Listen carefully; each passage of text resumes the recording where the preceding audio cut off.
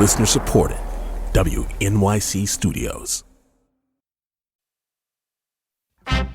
This is the United States of Anxiety, a show about the unfinished business of our history and its grip on our future. This is a moment of employee empowerment, worker empowerment that we haven't seen for a long time. It's being called the Great Resignation. In April, a record 4 million workers quit. And in May, another 3.6 million. I couldn't do it. I could not work for somebody that treats their employees that way anymore. I can't be like one of those people who just are just comfortable with just getting unemployment and like all the other crap. I can't do that. I will go insane. Don't lose your $8 an hour job. Don't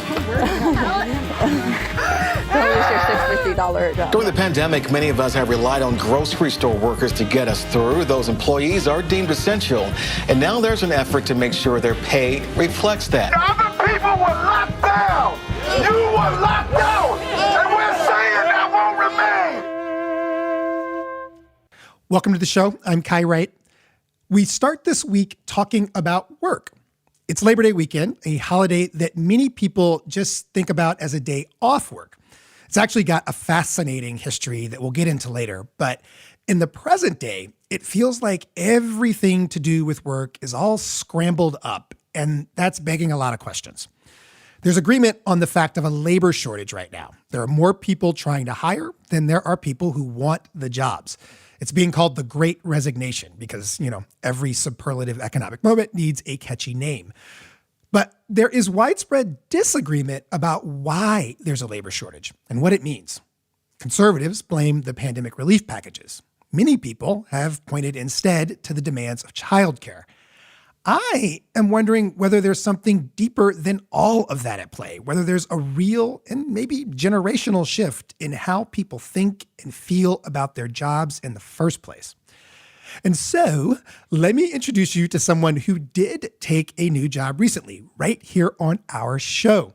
Kusha Navidar is a brand new producer here who's focused on talking with our digital audience. Kusha, say hello to the people. Hello, my fellow people. So you have spent the past week pondering this question we've had about whether and how our relationship to work is changing, right? Exactly. And to find out, I wanted to talk to people from all over the country and from all walks of life. And so to do that, I guess I defied the advice we've heard from every adult in our lives, and I talked to strangers on the internet. Yes. My first stop was this website called Omegle. Have you heard of it before? I most certainly have not. What is Omegle? So it's this chat website where you get paired with a random person on the internet, and you two can talk. Sounds kind of shady, if I'm honest. Trust me, I was on there for a while. It can be kind of shady. And I found a lot of people, mostly young folks, who are new to the workforce and are dealing with this question and were generous enough to share their perspectives. So here, listen to some highlights. The question is, has your relationship with work changed? I don't really think so. I clean houses with my mom. I'm just trying to start with a little job, then get my diploma so I can actually make a living for myself. You do what you gotta do to make money. I'm an electrician. I just got in the union, so I'm pretty happy. People really make money off of crap like TikTok, and it's what? And it has me questioning, researching more of how could I do that? At the same time, I don't want to put that effort and focus all into that when I have a career already set for me, and just I don't feel comfortable enough to risk it. Yeah, it has changed a lot since everyone's been inside and doing everything over online and stuff. So did the pandemic influence your choice to start this business at all? We kind of had the idea before it started. When we started the business, yeah, we were we had more time. Yeah. What do you want your relationship with work to be? Fun. Just a happy place. Trying to be independent. I think they try to make money while being home. I just want to be comfortable at the end of the day, where I don't have to really worry about where my next dollar is coming from, or what I'm going to be eating the next day, or if I can pay my bills. I don't want to have to stress about that. Because at the end of the day, as long as I'm living comfortably, that's all I really care about. So pretty interesting, right? Some say it hasn't changed much, but when I dug deeper, what did change was the way they go about work and the opportunities that they see. And I also heard that, they want a job in a traditional sense, but they also want to start their own business, or they want to be famous on TikTok and, Who can blame them? Because you can make millions of dollars, apparently, being famous on TikTok. I mean, my profile hasn't taken off yet. I guess I'm not that good at dancing, but whatever. Anyway, so I wanted a wider perspective, and I went to another platform called Discord. People join specific groups and chat in real time, like on Slack, if you're familiar with that. I found this Wall Street Journal article about a Discord community called Overemployed. People on there are full-time employees in more than one place. Wow. It's a lot of work. Yeah. Some of them were kind enough to have an interview with me.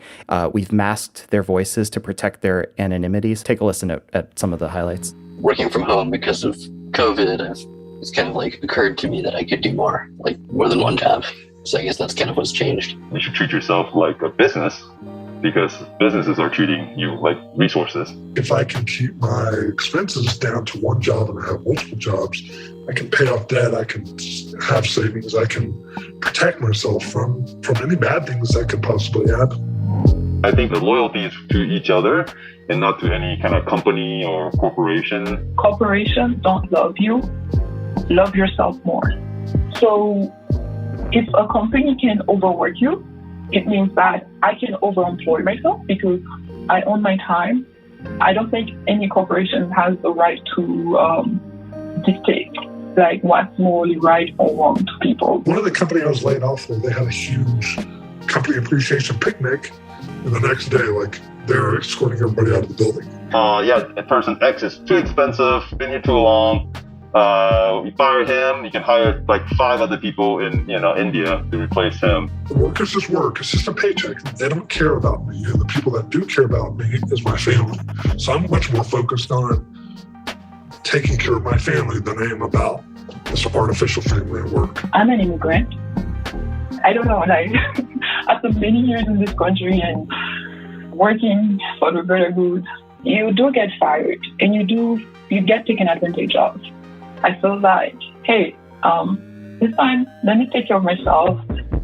Let me take care of my people. Having to work remotely just equalized a lot of things. I think for minorities, people of color, people of different beliefs and whatnot. I'm kind of here to make money so I can do the things that I really care about in my life. But, I do sincerely hope to be productive at both and be, a good member of the team, someone that people are happy to work with at both places. We lived in a very segregated life before. Okay, morning, get ready, kids. Okay, you go to school. I go live 9 hours separately in my office. I think now it's more integrated life. It's wonderful labor. I get to spend time with my kids, take them to school, pop out, say hi, my little coffee break, if you will, at work. Now I say hi to my family, which is great. That's labor of love, nothing else,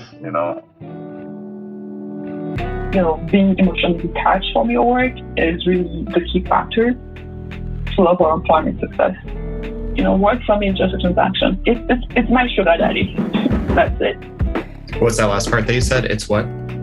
It's my sugar daddy. That's it.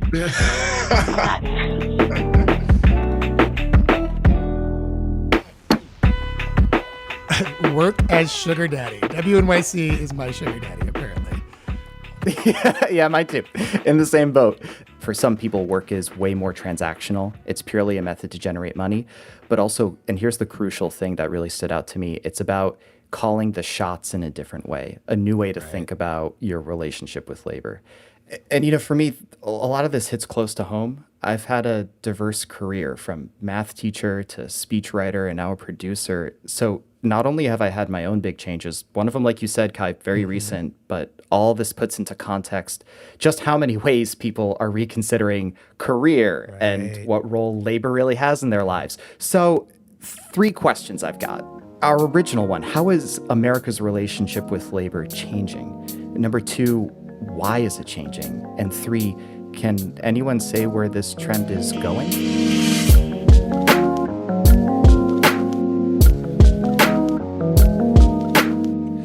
Well, I do happen to know somebody who can answer those questions. Sarah Jaffe is a labor journalist who we last spoke with on the show this spring. Her most recent book is on this very subject. It's called Work Won't Love You Back: How Devotion to Our Jobs Keeps Us Exploited, Exhausted, and Alone. And she's a fellow of the Type Media Center, an organization for which I should mention I am a board member. Sarah, welcome back to the show. Hi, hello. Thank you for having me. So let us cut to the chase on the first question Kusha asked there. How is our relationship with work changing? And I guess, did you hear anything either during your reporting on the book or maybe just in your own life about that question that surprised you?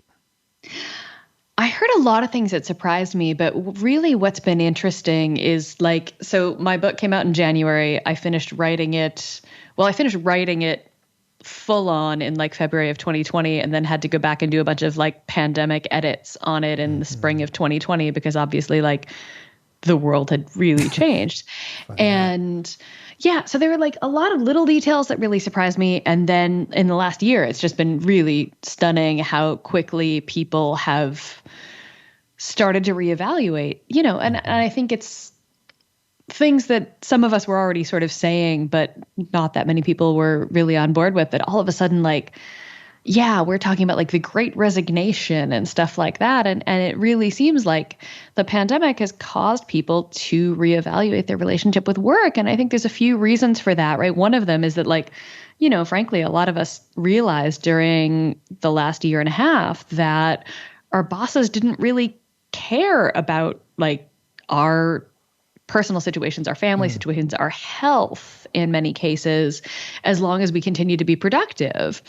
And that was maybe always true, but not so obvious as it has been recently. And then now we're really in this point where everybody has seen that. And then, also I think just one of the things that happens when you're locked in your house alone or with a very small group of people for a year and a half is you really start to think about wow, what do I miss doing with my time? What do I wish I could do with my time? What actually matters? And so I think the combination of those two things is causing some real reevaluation about what we spend most of our time doing. And for so many of us, that is still work. Yeah.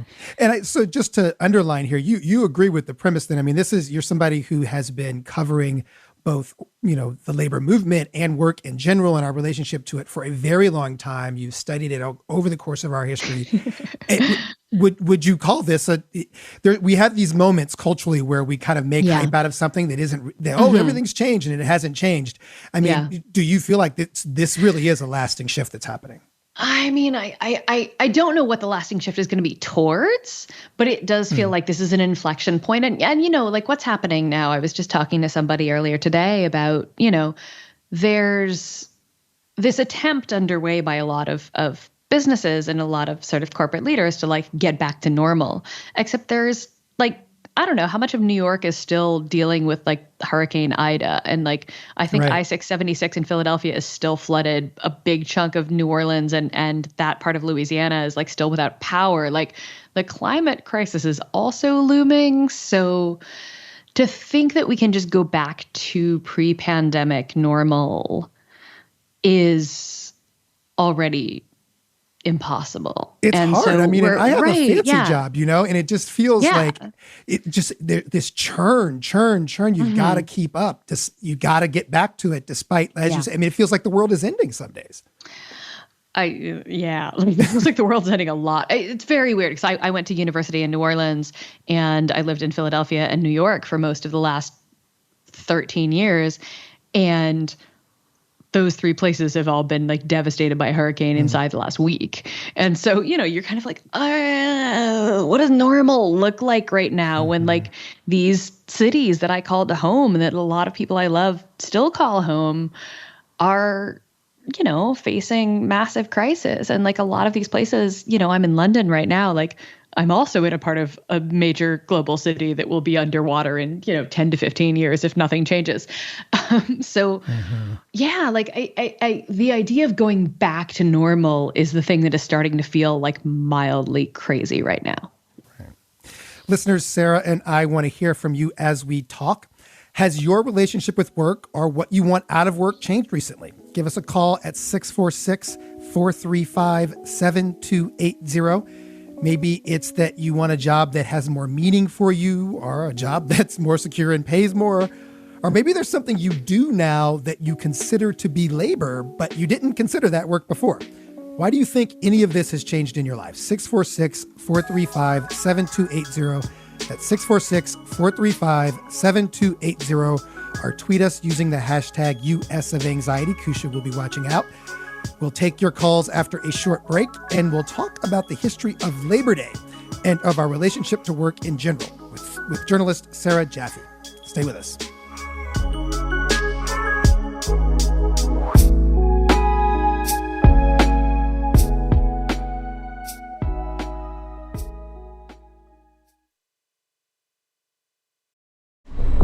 "20 years ago, on September 11, the world changed. I said, this is it. This is the bomb. They did it. I'm Jim O'Grady with the story of a new American who risked everything to try to take down a terrorist cell. You have to talk like a terrorist. You have to think like a terrorist. Blind Spot, The Road to 9/11, a podcast series from the History Channel and WNYC Studios. Listen wherever you get podcasts.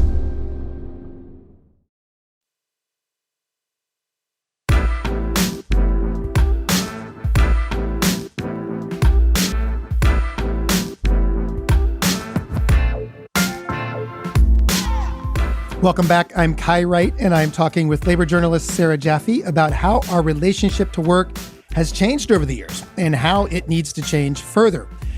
One person tweeted Sarah before we even started the show, Lauren Vega. She said, "I haven't left the city since March of 2020. Volunteered, protested, worked a primary race, spent countless hours working the streets." She goes through it and ultimately says, I found my purpose more broadly, and I'm looking for work in that regard.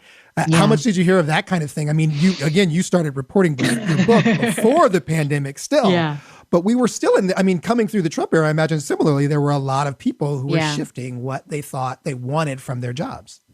Yeah. And I think one of the challenges is, and this is sort of one of the core issues in my book, is that like a lot of the time when you try to find a job in the field that you want to be working on, particularly when you try to find a job in sort of movement work, is that you get to that job and you find out like it's still a job. Right? Yeah, like when you get there at the end of the day, you still have a boss and you still have to be there for X amount of hours and you're still judging your productivity. And like the nonprofit sector, this is a whole chapter in my book, like is not actually as different from the rest of the workforce as we would maybe wish it was. And this is certainly something I've experienced in my own life. Right. And so, I think one of the challenges is like when you get to this point and you're like, okay, my job doesn't fulfill me. Then what? Do I try to find a job that fulfills me, or do I just want more time away from work that I can do things that fulfill me? And those are some of the tensions that I think a lot of people are facing right now. And what is that owing to? I mean, is it when you say the nonprofit sector, it's not worse, it's no different than any other sector of labor in some way. It's still a job. Yeah. I mean, I imagine that's dispiriting to some people to hear, who are like, yes. What is the core problem then? Why, why would that sector not be different? And I'm not picking on that sector, but what is it? What is the bigger problem then that would go across all the job sectors that make them not fulfilling? I mean, I think the thing, we think that nonprofit means it's sort of outside of the normal pressures of for-profit, which is, we take to mean like sort of capitalist enterprise. And the reality is that like the nonprofit sector is still funded by wealthy people who are often looking for a tax donation or looking for something that sounds not to pick on NPR stations, but, looking for something that sounds good to be underwriting. Look, like I am also supported by nonprofit media and nonprofit foundations. Like it's real. And this is what allows us to do the very important work that we do. But it's not outside of the larger world of pressures. And I've worked for small media companies that are trying very hard to not be answerable to those same pressures. But at the end of the day, you still got to keep the lights on. You've still got to keep the mics plugged in. You've still got to feed your staff. You've got to figure out ways to do that. And so the pressures of keeping everything funded are really very real, right? Like that's the most generous reading that I can give to all of this is like, it's absolutely real that there's like actual pressures to keep these organizations going. And also just like we're shaped by the broader society that we live in. And that society tells us that productivity is everything, even during a global pandemic. And that if we are not sort of delivering deliverables, right, which is a word that I deeply despise, we are not worthy and we're not sort of doing things. And one of the things that anybody who's done sort of movement work for a long time will tell you is that like, it's hard. Like if we knew what worked magically, we'd have solved a lot of social problems by now. Like it's actually hard to figure out how you can organize a community to change the police department or change the housing situation or any number of other massive struggles that we're dealing with right now, to say nothing of solving climate change. To say nothing of solving These climate are hard problems. And so one of the things that's really tough when you're talking about, again, like deliverables, which is, again, the worst word in the world, is that like those are hard and sometimes you're going to fail. And that's kind of what has to happen in order to actually get to what will work. But the workplace that we're in now and the sort of broader structures of work that we're in now don't have a lot of space for that. And this is also true. Like we're journalists, right? And you and I both know the pressures of like, I've got this idea and I'm pretty sure this is going to be a good story, but I might follow it through. And this has happened to me. Like I might get to this point and then suddenly the source that I had stops talking to me or whatever it is. And you've done a bunch of work on this story that then doesn't pan out to be a story. And you're just like, well, I and you've now not doesn't been mean I haven't productive. worked. Right. You have now not exactly. been productive, and it's the even though we've been forces of working our tails off productivity. for months. Yeah. And this is a thing that I think is actually really important after the pandemic, because one of the things that's been really true of work in everything from the service sector to manufacturing in the last few decades is that like and even healthcare, right? They talk about like lean healthcare, like all of the sort of redundancies and extra space for mistakes and for just like flexibility. If you have, say, a global pandemic and suddenly you need all the hospital beds that you had, that's all been stripped out in the idea of sort of being as efficient as possible. Yeah. And again, that's true of everything from like manufacturing cars to healthcare to, service industry where you will be sent home if the restaurant is slow. And what's happening with a pandemic is like, you can't do that anymore because like the odds of somebody needing to call out sick on an average night have just gotten a lot higher because, COVID. And so we're seeing the problems of that sort of merciless drive to efficiency showing up in all of these different sectors where now, like, if you're working in a restaurant right now and one of your coworkers is like, I got exposed to COVID, well, you're not going to ask that person to come in and serve people food, hopefully. And so what does that mean if your restaurant is sort of mercilessly like calculating down to the penny how many people they can afford to staff for that night? So we're really seeing this moment of that like lean mentality coming up against its hard limits. Let me break in here and get and bring in some callers who maybe have experienced that. Gail in the Upper West Side. Gail, welcome to the show. Yes, thank you for having me. I loved everything our speaker was saying. Thank you for doing this program. Everything resonates with me as a career switcher. I have a master's degree. I've been in management for many years. I worked for Fortune 500 companies before going into the nonprofit world with great conviction. And I share everything you said because after 17 years in the nonprofit world, it was time for a career change. And right before COVID, I decided to return to the fitness world where I had been a fitness instructor back in my 20s. I became, in 2000, right before COVID hit, I became a dance fitness instructor for adults over the age of 50 plus, because for me, turning 50 was really a remarkable change and realizing that sitting is the new smoking. Everyone is, the sedentary lifestyle is really killing Americans. And the higher education you have, the prize is you get to sit more in front of a computer. Right. But then COVID hit and fitness centers closed, senior centers closed. Everything I wanted to do was off the market. So I went online and I developed my own online dance fitness program for adults age 50 and over. It's called Move and Make Merry.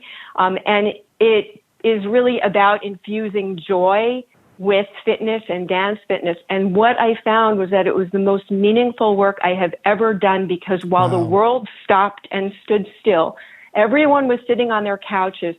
People who are older were terrified to go out, and they needed not only exercise, but they needed some joy. And that's the core of my brand. I also offer a free class every month. So if anybody wants to take a Move and Make Merry Dance fitness class, please join me. And my regular classes, I keep them very accessible and affordable, $5 each. But I also want to comment on the productivity obsession. Gail, I'm going to have to interrupt you there because I want to, just for time, because I want to get to some more callers. But thank you so much for that. Thank you so much. And anybody 50 plus out there that wants to learn to dance, hit Gail up. Alex in St. Augustine, Florida. Alex, welcome to the show. Hi there. I'm 50 plus. I'm 52 years old, and I formerly worked in retail down here in St. Augustine on St. George Street, which is a tourist town. And I was just getting a little too freaked out. It was very tight proximity to a lot of people coming in the store. So I switched careers. I got in construction. Yeah. You know, I'm not making a lot of money, $15 an hour, but I'm out in the sunshine. It's hot. It's beautiful. And I love it. Yeah. 8 hours a day, 10 hours a day, whatever it is, bring it. Yeah. Thank you for that, Alex. Yeah. And then we have a tweet from, I don't see the handle, but someone who says, caring for my kids and my elderly dad should be enough, ? Between cleaning, cooking, nursing, nagging, laundry, food, shopping, meeting, doctor's appointments et al. Isn't that a full-time job? I get why women aren't going back to work. Who has the time? So you have written a lot and talked a lot about care work and how we think about it. And so can you just sort of walk us through this understanding of like what has and hasn't changed about care work and how we think about it as actual labor in our political culture? Yeah. I mean, one of the things that's been so striking over the last year and a half going on, I don't even want to think about how long it's been, is that we have had this reckoning with the fact that our society really doesn't provide much support for carers. So recently I'm working on a story about home care workers and what they have been through during the pandemic, because, right, like for home care, a lot of what they do is take care of people who are elderly or have pre-existing illnesses that are, for a variety of reasons, like the most vulnerable people in the pandemic. And yet a lot of these home care workers get paid very little money. They don't have health insurance that's paid for through their jobs. They don't have paid sick time. So they're being squeezed to sort of, do as much work as they can, pick up side gigs, all of that, at the same time as what they're doing is caring for the most vulnerable people out there. And just the way that work is undervalued. And one of the things we've also seen is just, when public schools are closed, when child care centers are closed, when anything that exists to sort of help parents take care of their children is shut down, and parents are sort of 24/7 stuck with their kids, making sure their kids are doing their online schoolwork, all of that stuff, like, oh my God, it's exhausting. I can literally only imagine. And so, we've seen these stories, like the New York Times had this big package that was like, moms are losing it, like it was titled like Primal Scream, literally, right? And you see this realization, oh my goodness. Like I think Ezra Klein wrote a column for the New York Times that was just like, oh, caring is work. And it's like, it's been work. Out. And movements like, and I think we talked about this last time I was on the show, like the welfare rights movement, in the 60s and 70s, which is led by Black working class women, was saying, already, like we're doing work. We're doing work. So we've only got a couple of minutes left, and I promised at the top of the show we were going to learn about the history of Labor Day. So can you do this in 90 seconds? Tell people the history of this holiday. 90 seconds. Oh my goodness. So Labor Day in America is different than Labor Day in the rest of the world, because Labor Day that is celebrated in the rest of the world, which is May 1st, is actually because of an uprising in this country in 1886, which was connected to the movement for a shorter working day and the rebellions in Chicago, the Haymarket riots, and all of this. It's a very long story. But what happened is that a bunch of radical immigrant labor agitators were accused of throwing a bomb into a rally, killing some police officers, and they were executed with very little evidence. And this was such a rallying cry for labor around the world that it became sort of International Workers' Day, which is celebrated on May 1st. And the U.S. government, I mean, Grover Cleveland is the one who made Labor Day the first weekend in September rather than May 1st, because he didn't want it connected to this history of radical agitation. Wow. From the beginning, it was an effort to depoliticize. Yeah. And to particularly sort of separate it from this particular like immigrant-led struggle for a shorter working day that was really unifying working people across the country. So I think the shorter working day bit and the immigrant bit are both like really relevant right now when we're talking about work and people's reevaluation of their relationship with work. Like that return to thinking about like maybe what we want is just like less work. Just less. I'm struck by, I think I said this before, when I was in 2018, when I was reporting on a congressional race in Pennsylvania, going door to door and asking voters what they were into. And I just remember this woman standing on her porch being like, well, I want to see, and being asked about who she's going to vote for. She said, I just want to be able to hang out with my family more. She had no idea what I was talking about for the congressional race, but what she said, well, politics. What I know is I don't get to hang out with my family in the way that I used to. Yeah, absolutely. Thank to everybody who called in for calling. Sorry to those that I did not get to. You can keep your answers coming by sending us a voice memo at anxiety@wnyc.org. And other than that, we're going to have to leave it.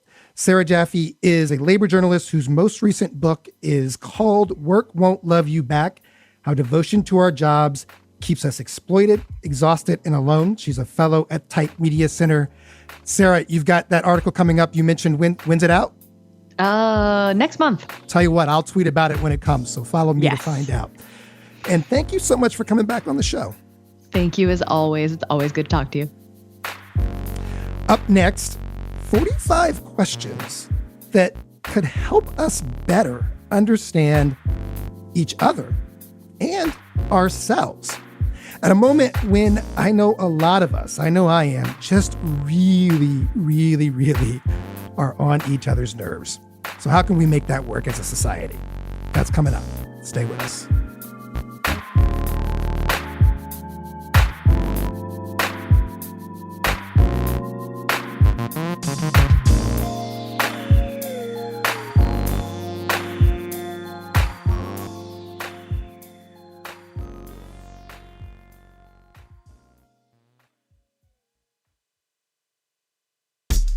Hey everyone, this is Kushan Avidar.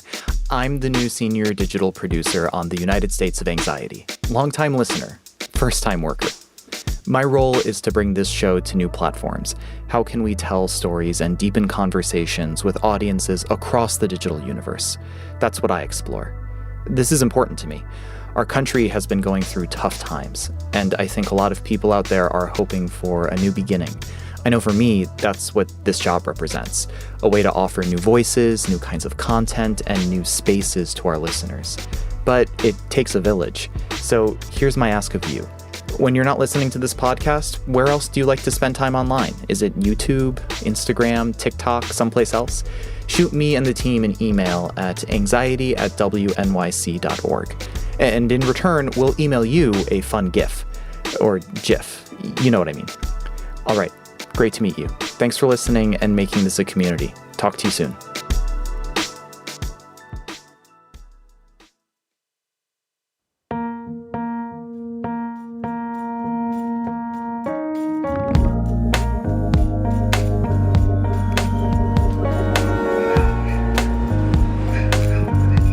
Welcome back. I'm Kai Wright. I don't know about you, but I am finding it more and more difficult to simply deal with other human beings. It's the politics, yes, and the relentless crises of a warming planet, and of course the pandemic. And listen, all of these pressures we're facing as a society are about systems. I know that. But increasingly, I cannot separate the systemic horrors from the individuals who gleefully support those systems. And I don't mean just insurrectionists and white supremacists and the like. Like, for instance, I recently went to a movie premiere in Brooklyn. It's probably the most, quote, normal social thing I've done in I don't know how long.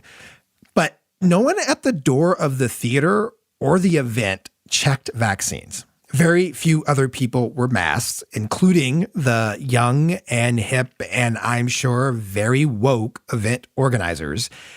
And lo and behold, I was later notified that somebody at the event tested positive for the Delta variant. It was fine. I was masked and vaccinated and tested negative. But let me tell you about the level of anger I held for days at the unmasked individuals in that room. And honestly, that I still hold at the irresponsible, or so I feel, wildly irresponsible event organizers. There are days when I just want to scream, let me off this ride. I do not want to have to share anything with these other people who make choices I do not agree with. But that, of course, is not an option. We literally cannot avoid each other. Like it or not, we live in a society with a lot of different kind of people. So what to do?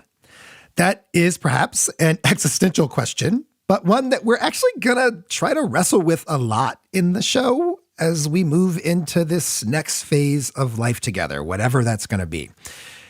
So this week, that question has me thinking about a story we told in our podcast just after the pandemic began.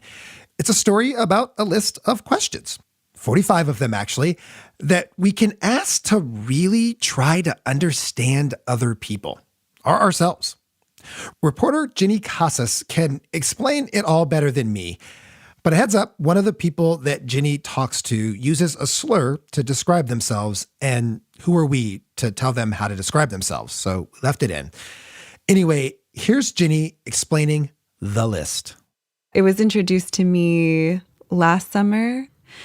It was like a beautiful Chicago evening. I was out by the lake. I was having beers with some friends, new friends, old friends. And somebody pulled up this poem. And we all just started asking each other these questions, these 45 questions around the circle. And it was so intimate and so straight to the heart of the matter. And after that, I pulled up this list of questions all the time in any social situation where I was trying to get to know the people around me better. You've definitely, as one of your friends, I've definitely heard of this list. Yes. It was your birthday. You remember? Yes. I mean, there was a time over the summer, I think, that you were just like, let's answer these questions. I just remember it was like a question that I didn't want to answer. Like, oh, that's just too much.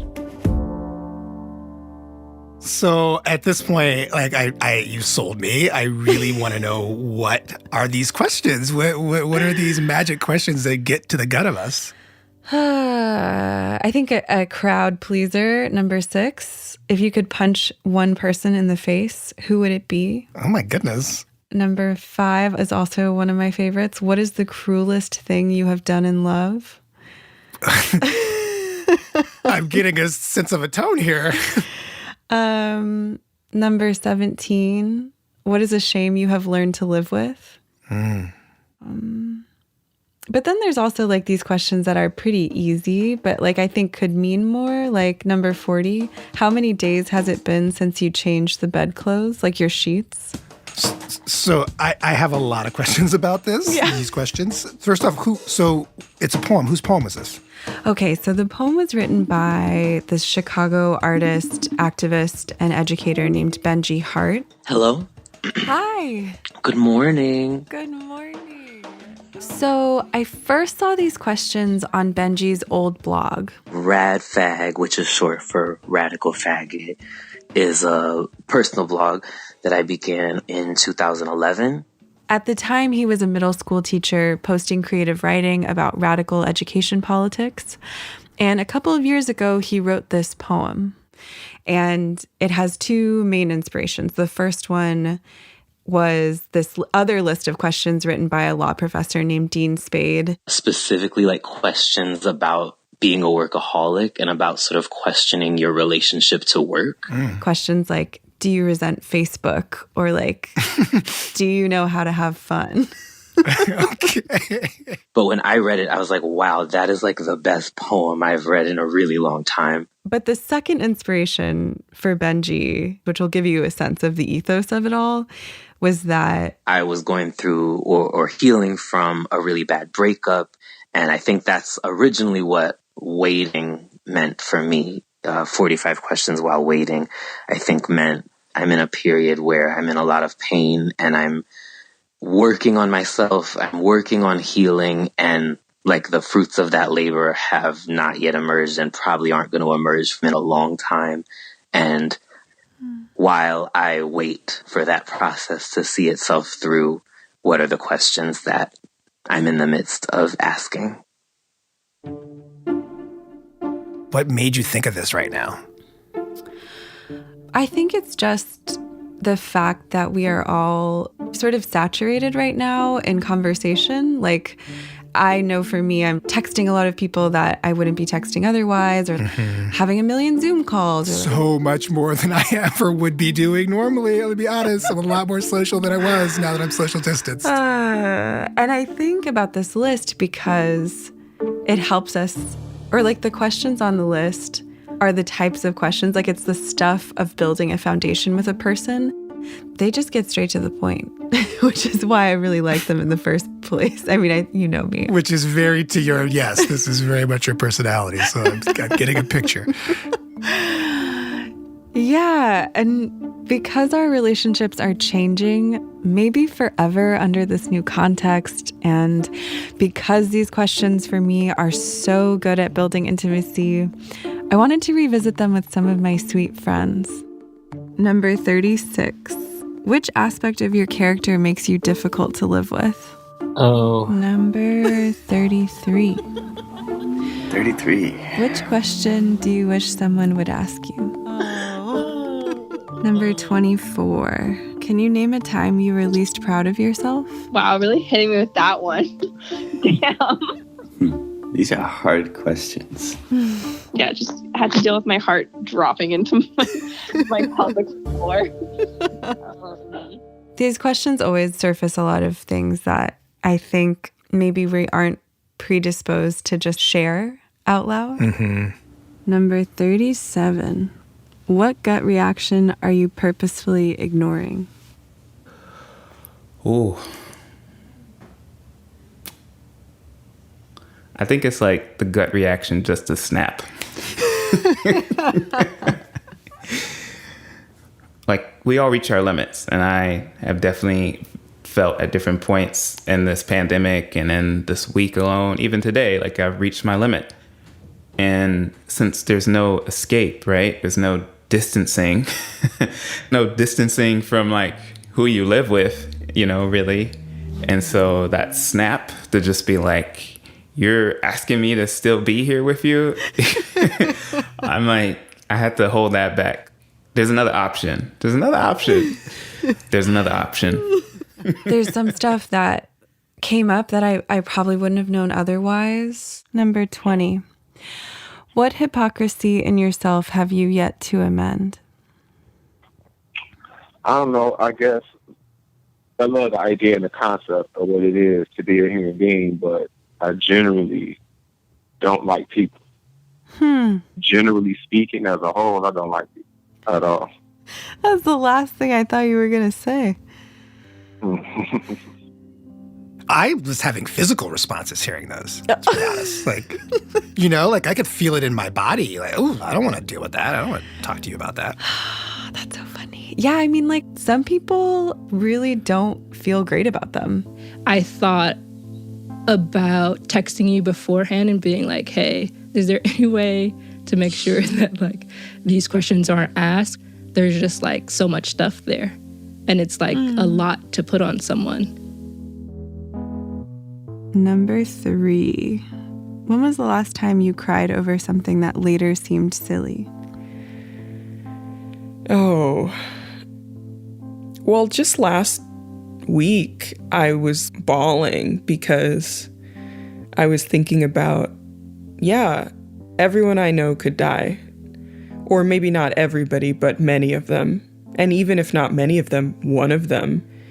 I think the only way that I got out of that feeling, which was like multiple days of feeling that way? Well, one, I decided to work 12 hours straight, which, I mean, it worked. But then I think after I finished the work, I was like, it's just out of my control. Mm-hmm. And so I think that crying that everyone I know could die will take time away from the time I have with everyone. Number 34. What terrible truth could everyone find out? That I'm not always looking out for the collective immune system. That the first chance I get, I'm going to drink and smoke and and take whatever drug is in front of me.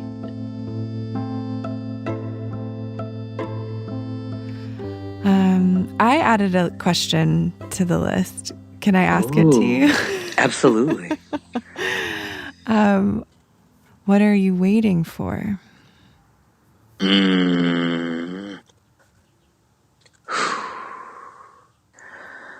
I think it's a great question because it's at the heart of healing for me. The breakup that in some ways inspired this poem happened for me almost 4 years ago. And I'm still healing from it and I'm still processing it in a lot of ways. And a revelation that I had really this week was that the grief that I feel around the loss of that relationship is actually not going anywhere. Healing doesn't mean that grief is over. And what does it mean to make peace with that loss instead of imagining that healing is when it no longer feels like a loss or it no longer feels sad or it no longer hurts? I think as an activist and an organizer, I spend so much time thinking about the world after this one. I spend so much time thinking about what is coming or what is going to happen or what are we trying to make happen. And I'm a part of communities that are losing people all the time, and we're losing people all the time before this virus swept the planet. And I think I've had a hard time grieving because I'm already so full of grief and I don't know what to do with this new crisis. That's what comes up for me when you talk about sort of like what comes up first. I'm like, oh, I'm waiting to feel less grief. And I'm waiting for a world which in some ways we've had a glimpse into this week where all of a sudden we're talking about guaranteed minimum income and we're talking about moratoriums on evictions and on arrests and, things that should have happened but long before a pandemic made them happen. But that being said, while I feel like I'm waiting for that vision of the world, the focus on what is to come is what robs you of what is in front of you. And so often it's what's in front of you that has the most to teach you, which I think is another irony of this list. Maybe that's why the title is so brilliant, because maybe the point is to make us not wait anymore. I hadn't thought of it that way until you asked that question. But I'm like, oh yeah, all these questions are actually about grounding yourself in the present.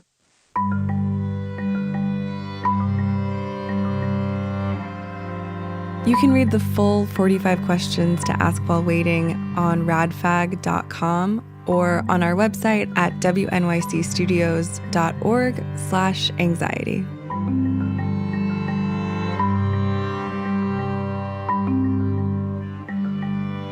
"45 questions to ask while waiting.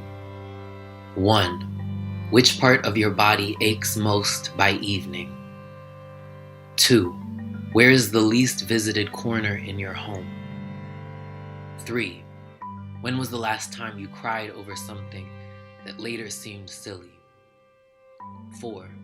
When piling things on the floor, how do you arrange them? The United States of Anxiety is a production of WNYC Studios. Mixing and music by Jared Paul. Kevin Bristow and Milton Ruiz were at the boards for the live show.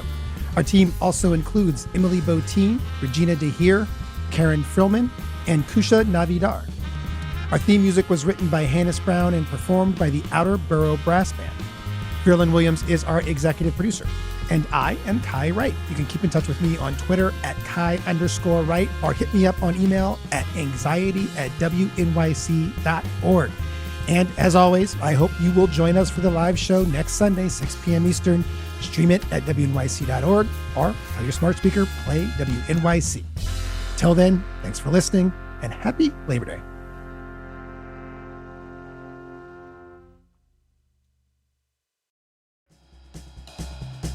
20 years ago, the September 11th terrorist attacks changed the world. I'm reporter Jim O'Grady, and I'm going to revisit the evidence and question the people at the center of the story. It's always easy in hindsight to say it's a big mistake. Let's penetrate his cell. And I promised him revenge. Blind Spot, The Road to 9/11, a podcast series from the History Channel and WNYC Studios. Listen wherever you get your podcasts.